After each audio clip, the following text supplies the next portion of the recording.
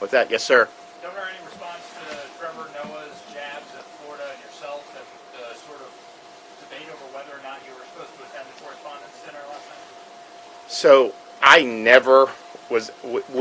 would never attend that. I have no interest in that. I did not watch it. I don't care what they do. But for them to advertise me when that invitation was rejected by my office, that is a lie. And so here they are saying how important they are, that they're somehow these paragons of truth, and yet there they are lying about something that is readily verifiable. And so the idea that I was there is false. The idea that I would have ever gone is false. And why they would want to try to perpetuate a lie about that, I don't know. But I think it just shows you why that cabal of people in D.C., New York, are so reviled by so many Americans. I think it's a reputation that's been well deserved. Yes.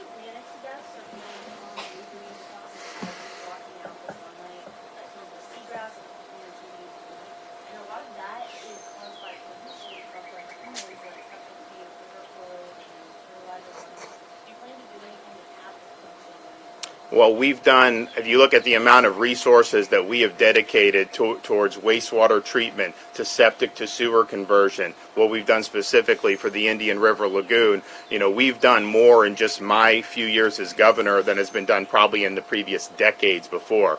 When you look at some of the nutrients in these waterways, this has been accumulating over decades and decades, so we're on the right track with it. I think you saw some of the seagrass, and particularly that Brevard County area. You saw it contracting. You had fewer, but I think, Sean, in the last couple of months, we're now seeing it. We're seeing it recover, and we're seeing it add. And so that's something that's important, because what happens is, if you do have algae blooms, it's negative for that overall environment with the seagrass. And so there's efforts to expand that, and I think that that's something very important. But we did the Clean Waterways Act, which is the first thing that had been done in this state in a long time, and then a lot of the infrastructure that we're putting in.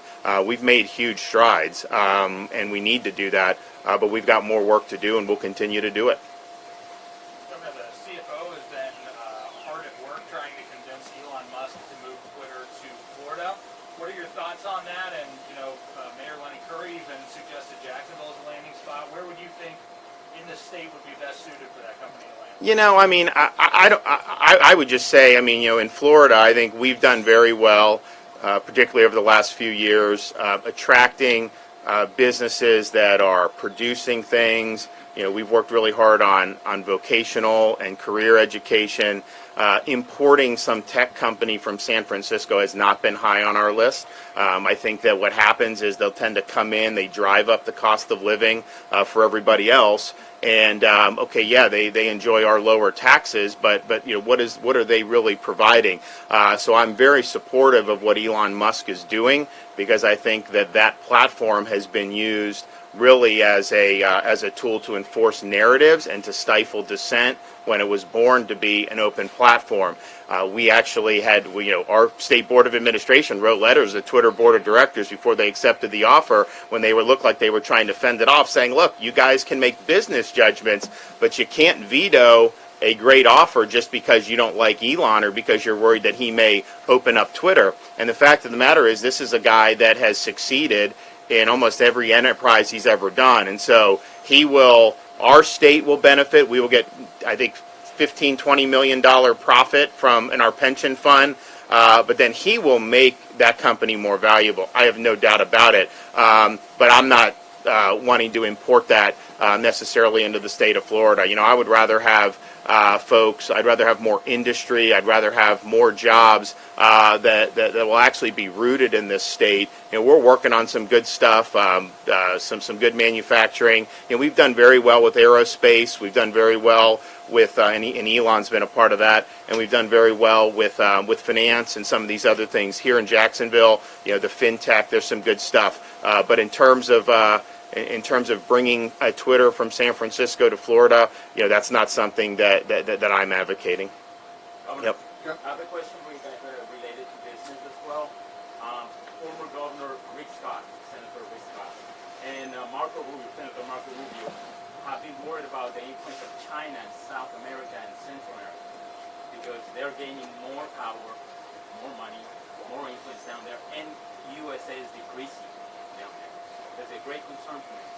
And Professor Michael Shifter from Northwestern University spoke to several leaders, and they said that South American leaders feel like U.S. has a deteriorating political system, a dysfunctional system overall that's hurting USA. With the cultural wars, Disney World, Don't Say Gay, what are you going to do to improve that? Well, that you eventually might run in 2020. Well, but I don't think the whole Disney flap is really making much of an impact. Although I will say, Disney has done a lot to partner with the Chinese Communist Party and really has made a fortune over there without raising a peep about any of their atrocities. I think China is the number one geopolitical threat that this country faces.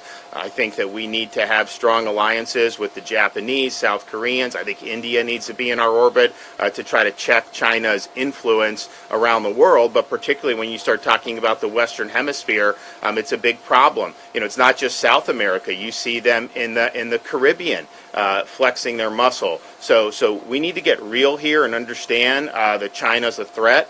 I think you've had the ruling elite in this country for decades have basically done all they can to elevate China, and a lot of them made a fortune off it, but it's made our country weaker. It's eroded our industrial base, and now it's created, they said if you did most favored nation and status, and you did all these things for them, WTO, that they would become a democracy. And it's been the opposite. I mean, Xi is tougher than anyone they've had probably since, Mao was butchering all those people. And so it's a hostile regime, and their influence in our hemisphere is not something that is in the best interest of the United States of America. But I think most of these countries who can look at it honestly, you'd still rather cast your lot with the United States of America. I mean, the Chinese government is not somebody that's going to be a reliable ally. I mean, they're going to do whatever's in their immediate best interest, and that's going to be the end of it.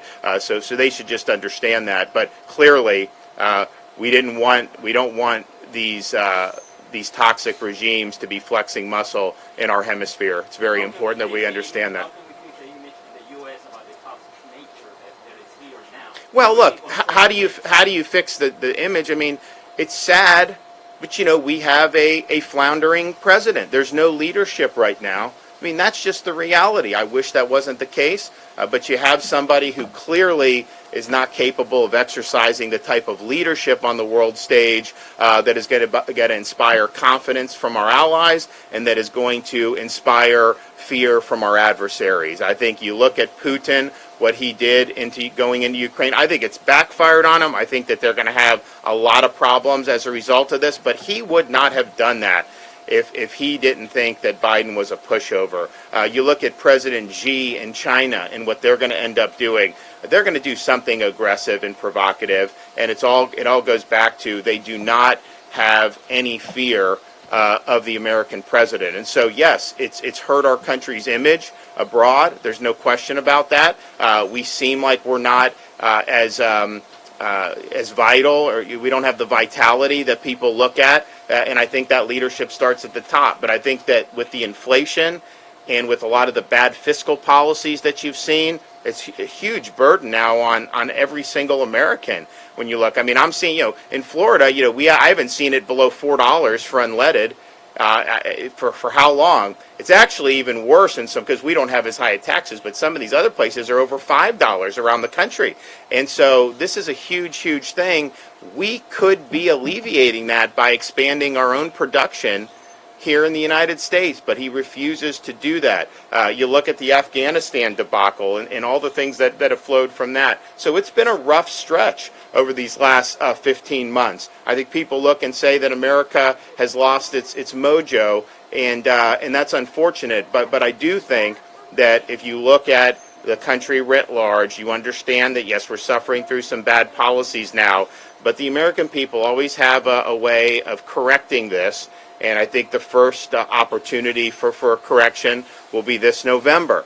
And I'm looking forward to those elections, because I think that it's going to be a huge, huge shot across the bow to the Washington establishment, which has really, I think, failed the country time and again. Okay, thanks everybody. We'll see ya. You ready?